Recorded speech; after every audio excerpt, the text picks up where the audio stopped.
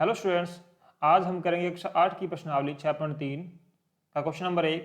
देखिए इस क्वेश्चन में क्या पूछा है। निम्नलिखित संख्याओं के वर्गमूल ज्ञात करने में इकाई अंक की क्या संभावना है। ठीक है, तो देखो इकाई अंक की संभावना बतानी है। तो देखो एक का वर्ग क्या होता है, एक का वर्ग 1, 2 का वर्ग 4, 3 का वर्ग 9, 4 का वर्ग 16, 5 का वर्ग 25, 6 का वर्ग 36, 7 का वर्ग 49, 8 का वर्ग 64, 9 का वर्ग 81 और 10 का वर्ग 100। ठीक है, देखो पूर्ण वर्ग संख्याओं के अंत में देखो ये सारी पूर्ण वर्ग संख्याएं हैं। तो इन संख्याओं में वर्गों का इकाई अंक क्या है। देखो 1 आ रहा है, उसके बाद 2 नहीं, 4 आ रहा है, 9 है, 6 है, ठीक है, 5 है और 00 है। तो देखो वर्गों में इकाई अंक क्या है,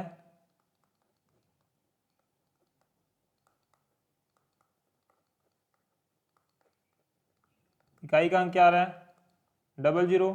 देखो जीरो का क्या होता है, सम संख्याओं में जीरो होने चाहिए, या तो 2 हो या 4 हो 6 हो, इस प्रकार 0 00 है। 1 आ रहा है, उसके बाद देखो क्या आ रहा है, 4 आ रहा है, 5, 6 और 9 आ रहा है। ठीक है,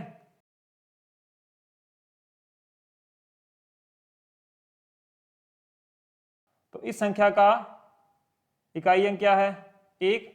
तो देखो एक किस किस में आ रहा है, एक 1 में आ रहा है और एक 9 में आ रहा है। तो इस संख्या का इकाई अंक की संभावना 1 और 9 हो सकती है। उसके बाद नंबर 2 देखो, वो है इस संख्या में इकाई अंक 6 है। तो देखो 6 किस किस में आ रहा है, 4 में आ रहा है और 6 में आ रहा है। तो इस संख्या का इकाई अंक की संभावना 4 और 6 हो सकती है। ठीक है, उसके बाद नंबर 3 देखो,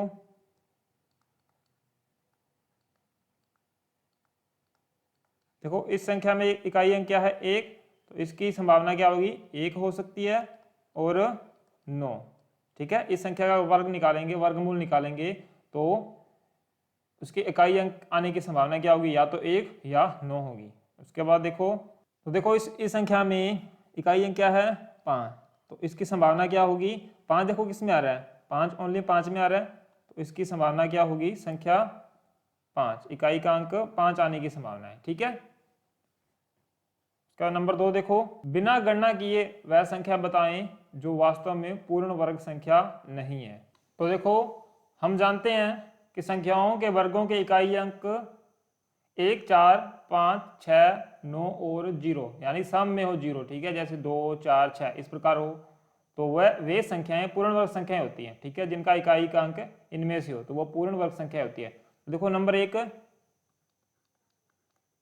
153। तो देखो इसमें क्या है, इसमें इकाई का अंक क्या है, इकाई का अंक 3 है, तो 3 पूर्ण वर्ग संख्या नहीं है, अतः यह पूर्ण वर्ग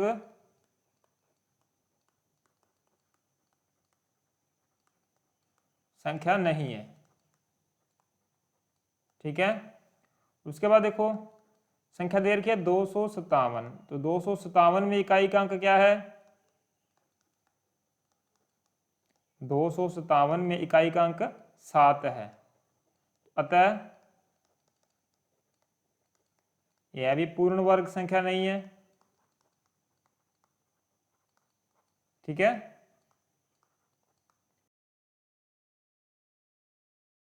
उसका नंबर 3 देखो 408। देखो 408 में इकाई का अंक क्या है, इकाई का अंक है 8, तो अतः यह भी एक पूर्ण वर्ग संख्या नहीं है।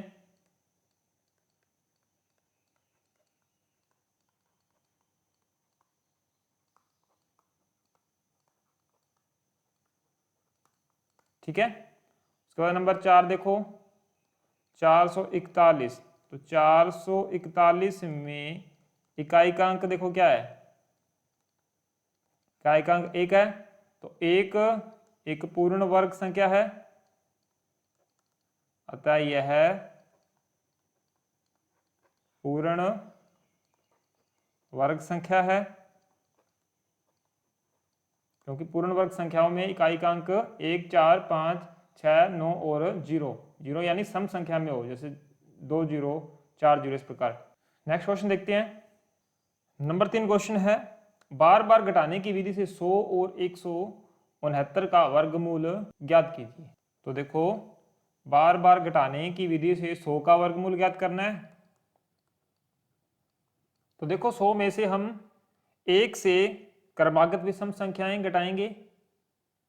देखो 100 में से सबसे पहले हम 1 घटाएंगे तो कितना बच गया, 99। उसके बाद देखो विषम संख्या क्रमागत क्या है, 1 के बाद 3 आएगी, तो 99 में से 3 घटाएंगे तो क्या बच जाएगा, 96।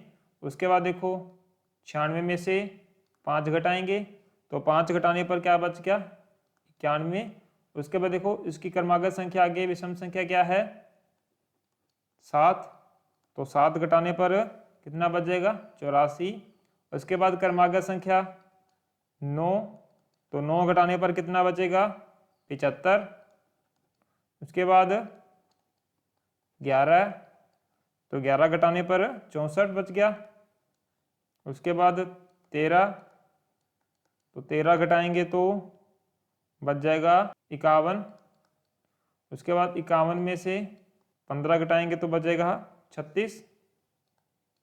36 में से 17 घटाएंगे तो 19। उसके बाद 19 में से इसके बाद क्रमागत संख्या क्या, 19, तो 0 आ गया। तो ये ठीक है। तो हमने क्या किया, संख्या 1 से क्रमागत विषम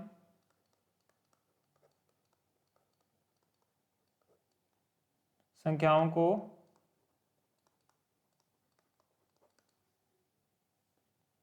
सौ में से घटाने पर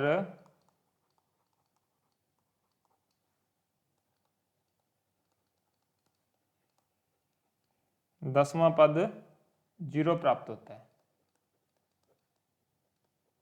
ठीक है, तो हमने कितनी संख्या घटाई थी, ये 10, टोटल 10 संख्याओं की। देखो 1, 2, 3, 4, 5, 6, 7, 8, 9 और 10।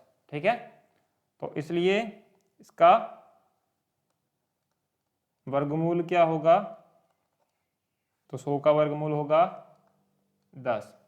ठीक है, उसके बाद देखो संख्या 169, तो इस संख्या का निकालें हम वर्गमूल। संख्या हमारे पास है 169, तो इसमें भी वैसे ही होगा, संख्या 1 से क्रमागत विषम संख्या घटाएंगे। तो सबसे पहले देखो 169 में क्रमागत विषम संख्या 1 कम किया तो आ गया 168। फिर 168 में से 3 कम करेंगे तो 165, क्योंकि हम यहाँ विषम क्रमागत संख्याएं घटाएंगे। ठीक है, तो उसके बाद 5,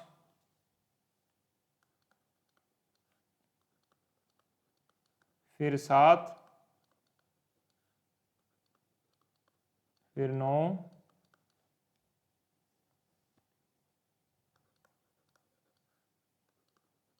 फिर 11, फिर 13,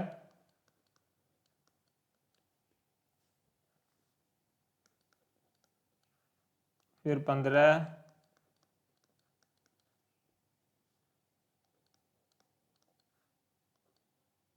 फिर 17,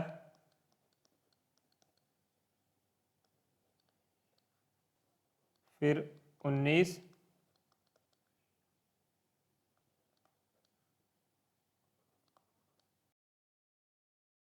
उसके बाद क्रमागत विषम संख्या 21 कम करने पर 48। फिर उसके बाद क्रमागत विषम संख्या 21 के बाद 23, 25 में से क्रमागत, इसके बाद क्रमागत विषम संख्या क्या है 25, तो 0।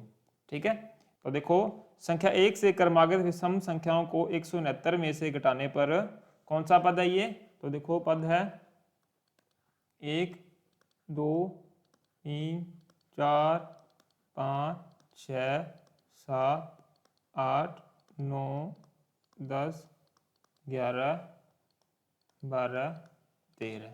तो कौन सा पद है ये, 13वां पद 0 प्राप्त होता है। ठीक है, संख्या 1 से क्रमागत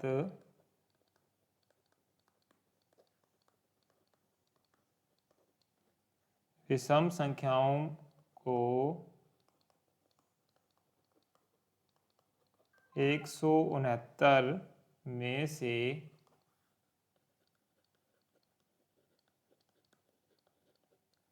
घटाने पर 13वां पद 0 प्राप्त होता है।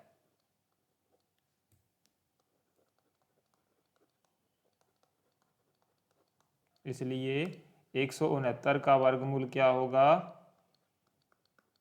13। ठीक है, इस प्रकार ये क्वेश्चन करना था। अगर आपको इस वीडियो से कुछ सीखने को मिला तो आप इस वीडियो को लाइक करें, अपने दोस्तों के साथ शेयर करें और इस चैनल को सब्सक्राइब करें ताकि आगे आने वाली वीडियोस आपको देखने को मिल सके। Thank you.